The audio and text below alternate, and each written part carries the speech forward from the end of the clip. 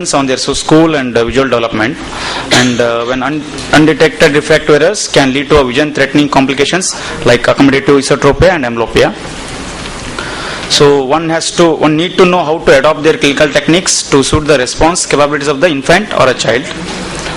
Some common beliefs or some questions asked by the parents to all the pediatric ophthalmologists are to just these are questions: too young to wear glasses, difficult to keep them on, wearing glasses will increase or decrease the number or power, or likely to outgrow the power in future, or should avoid using the eyes too much for near work. So one should know that younger the child, he will more likely to have a hyperopia, astigmatism or anisometropia, and the refractive state is not stable, and objective technique will provide the most reliable data than subjective test, and cycloplegia will be necessary to determine optical prescriptions. And here in this age, treatment will have effects on the developments of eye, visual system and other neural functions. Older the child will be myopic. Subjective and non-cycloplegic techniques will yield reliable data. Treatment will fail to remediate abnormal neural development because its development has already happened. And the presentation, how do these children present? They have got a varied range of presentations starting from asymptomatic to strabismus. Some of the common symptoms are squeezing of the eyes while watching TV, not able to read blackboard.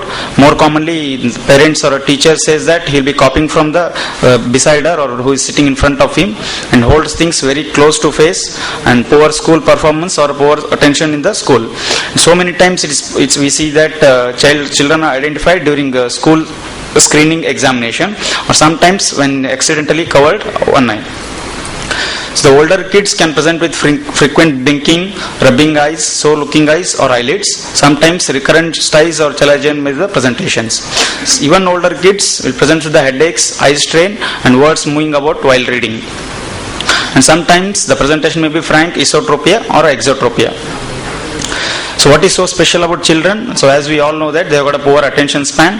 Most of the children are uncooperative sometimes and unreliable subjective test. Hence, most guidelines for prescription of glasses in children are based on clinical experience rather than randomized mass clinical trials.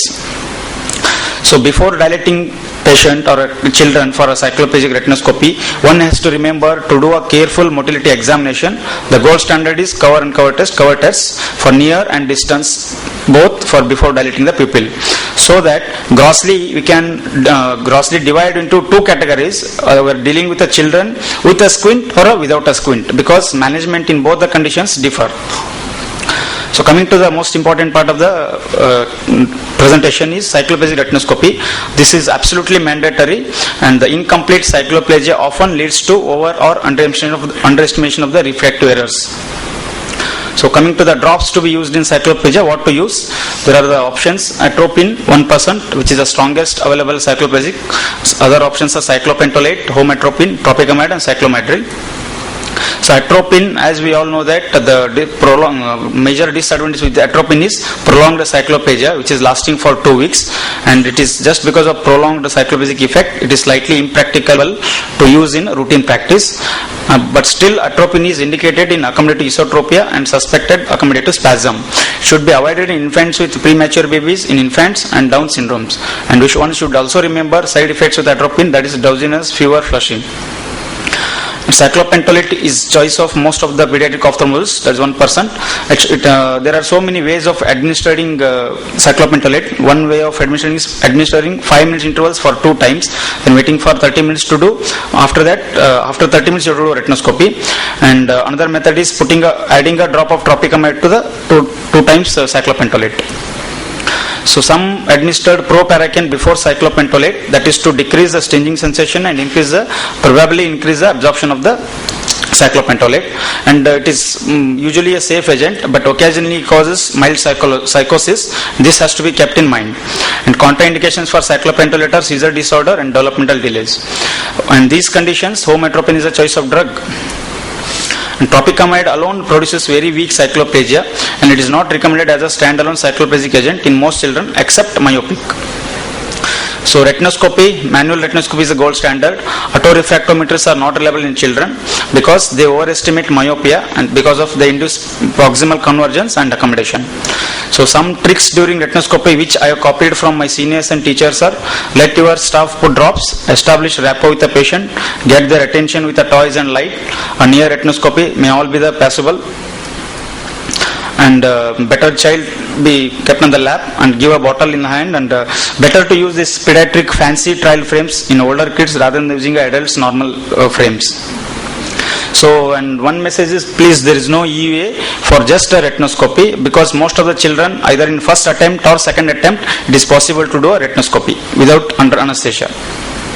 And next is, what do you do with this number once you do retinoscopy or this thing? So these are the guidelines for prescribing glasses. So one has to answer 3 questions before writing a prescription. Is this error amblyogenic? Is this error significant for the visual needs of the child depending on his age? Will this error cause any effect on the strabismus if present? So then, for beginners, this is a chart available in major textbook and this one. So here you can mention here age wise also it is there, and with isometropic and isometropia, and these are the numbers which can be given at the starting for a beginners. And one should also note that these additional factors which are very important while prescribing these numbers or to any child for that matter. So hyperopia, the threshold for treatment of hypermetropia however is controversial, and moderate hypermetropia does not need to be corrected because children have a good accommodative reserve. And for those with a squint, that is esotropia, complete full cycloplegic correction is necessary. So, and if there is no strabismus, no full correction is required, and when the patient is having orthophoria, you can cut the hyperopia by 1 to 1.5 depending on the child requirement. In older children, post-mediatic test can be done to give a best corrected visual acuity.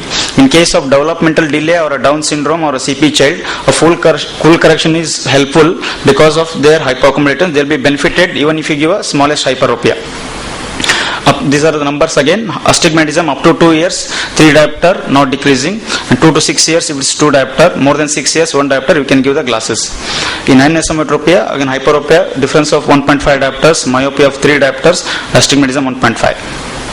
So this higher anisometropia and ametropia, if there is a high stability, high reliability, if there is amblyopia, you can prescribe the glasses. If there is a low anisometropia, low stability, low reliability, and no amblyopia, you can repeat a retinoscopy at 3 to 6 month interval until 4 years.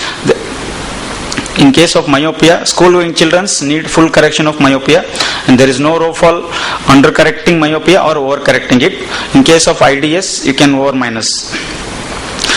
In myopia, that is up to 1 year, if it is minus 5 diopters or greater, you have to prescribe glasses. Up 2 to 6 years, minus 3 diopters. More than 6 years, even minus 1 diopters can be prescribed. So role of PMT in older children with high cylinder, or for the first time when you are giving a cylinder, you can consider post-mediatic test. So some pearls again, try full cycloplegic correction even in the older child. Encourage the parents to call if the child will not wear. Prescribe weak cycloplegics to selected patients. So always see them with a new glasses if you suspected high AC/Y ratio, and if you have given bifocals, see them to ensure proper positioning. So final pearl and most important pearl is, do not forget amblyopia therapy, and this will be told in detail by the next speaker, so I am not going to into detail, but one should remember that while giving the glasses, this is most important pearl. As one more important is cycloplegic retinoscopy in children. So to conclude, refraction in children is both an art and science. So age, ocular deviation, binocularity, visual acuity plays a major role. Significant refractive errors should be given spectacles at any age to have a normal development of vision and binocularity. Children, parents, public need to be educated. Frequent follow-up are necessary, and selection of frames, lenses is equally important as these numbers are important. So thank you. Thank you, Dr. Singha.